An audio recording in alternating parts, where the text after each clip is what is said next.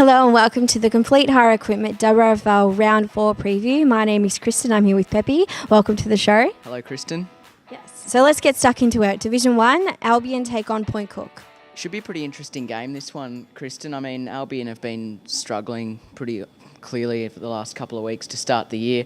Point Cook haven't won a game either, but it's probably their best chance against the Cats. I expect them to win, actually, Point Cook. I think I'm going to tip them, even though it is away from home. Yeah, I'll go with Point Cook as well.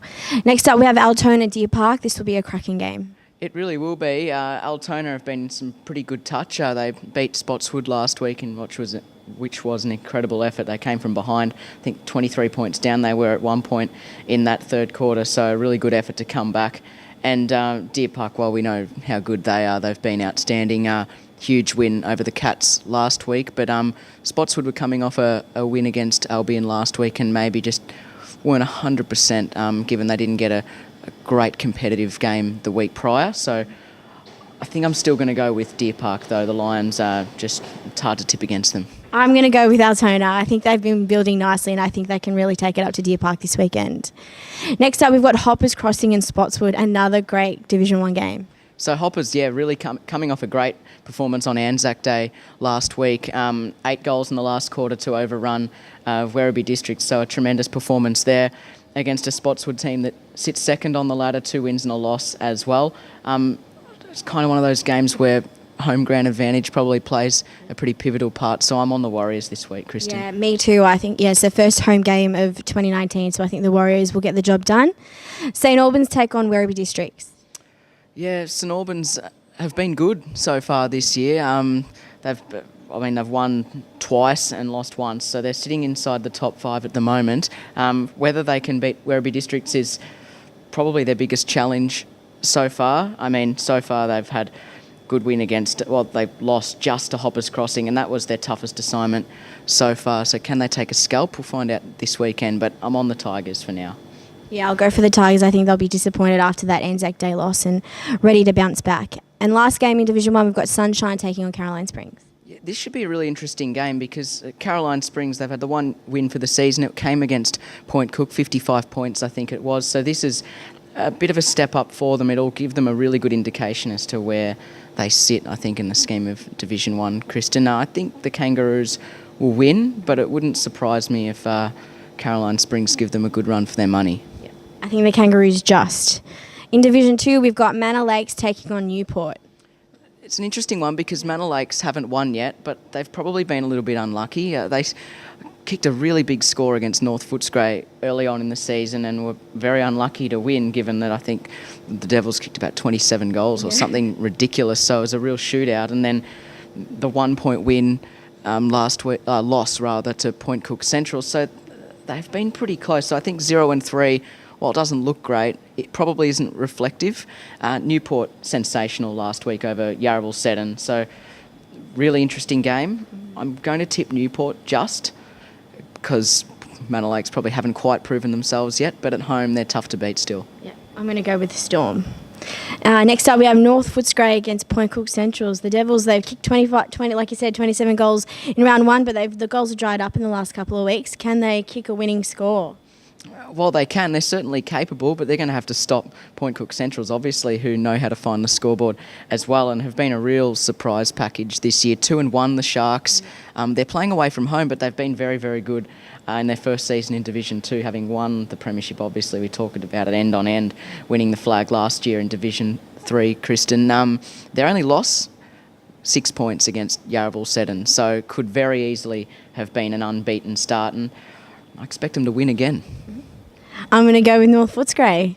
And then we've got Parkside up against Wintervale, 2 undefeated teams in Division 2. It should be a cracker. It should be. I suppose if you could have picked, there's always that one game, sort of a month or so into the season, in this case a little bit less, where you have the 2 teams that haven't lost. You probably wouldn't have put Parkside in that bracket at the start of the year, but they've been very, very good. But they have beaten West Footscray, North Footscray and Newport Power, so this is another step up. Obviously, Wyndham Vale coming down from Division 1 last year, and they're enjoying their footy again. It's tough up in the top tier when you're struggling for wins and they're few and far between. So they're up and about, the Falcons. and for that reason, I'm going to tip them. Yeah, I agree. And the final game of Division 2, we've got Yarrell Seton Eagles against West Footscray. What's going on with the Eagles? Well, it's not a disaster just yet. 1 win, 2 losses. The results haven't been their best. They should be able to beat West Footscray. It's no question there, especially at home. But the Roosters gave them a little bit of trouble last year from time to time. So it's a pretty crunch game for Yarrabul Seton. They should be able to get the job done. But we know the Roosters are on the cusp of putting together a 4-quarter performance. And last week, arguably, probably should have won, but kicked woefully in front of goal, and it cost them. So they're going to have to kick straighter if they're going to beat the Eagles this week. Yeah. And in Division 3, we've got Auburn taking on Laverton. This is the 88.9 Win FM match of the day. So tune in from 1:30.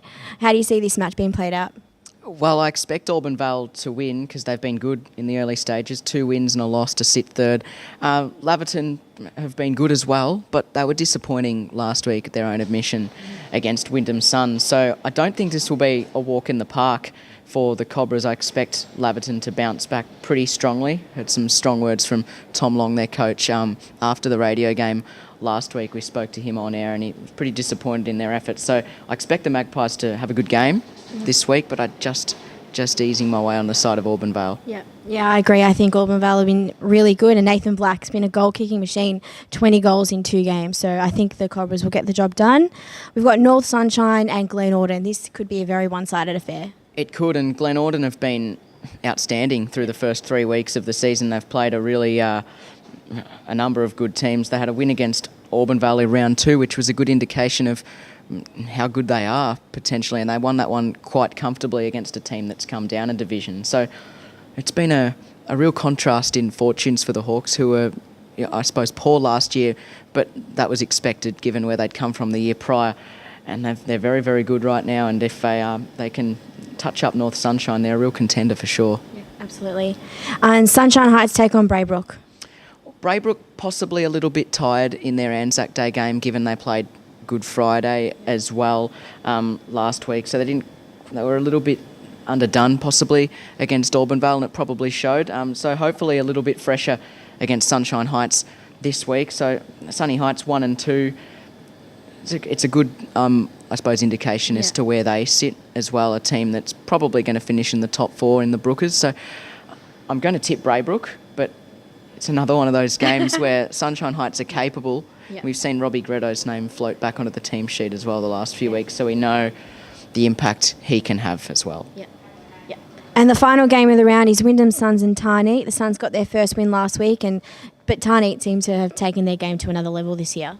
They have, and it's no surprises really. They're pretty disappointed in their finish last year in just falling short in a preliminary final. So they're very hungry, the Titans, to go one better this year. Wyndham Suns lost a few players. That's no secret really. Dean Casey's been in great touch as well. He's been really trying to lead from the front. We know that from a couple of weeks ago when we did the radio game at Goddard Street Reserve. They were beaten by Braybrook, but his goal is to lead from the front, and he's doing all he can do. So it's a good test. I expect Tarneet to win, but Wyndham Suns, obviously, if they think they're a finals chance, this is going to give them a really good look at where they sit.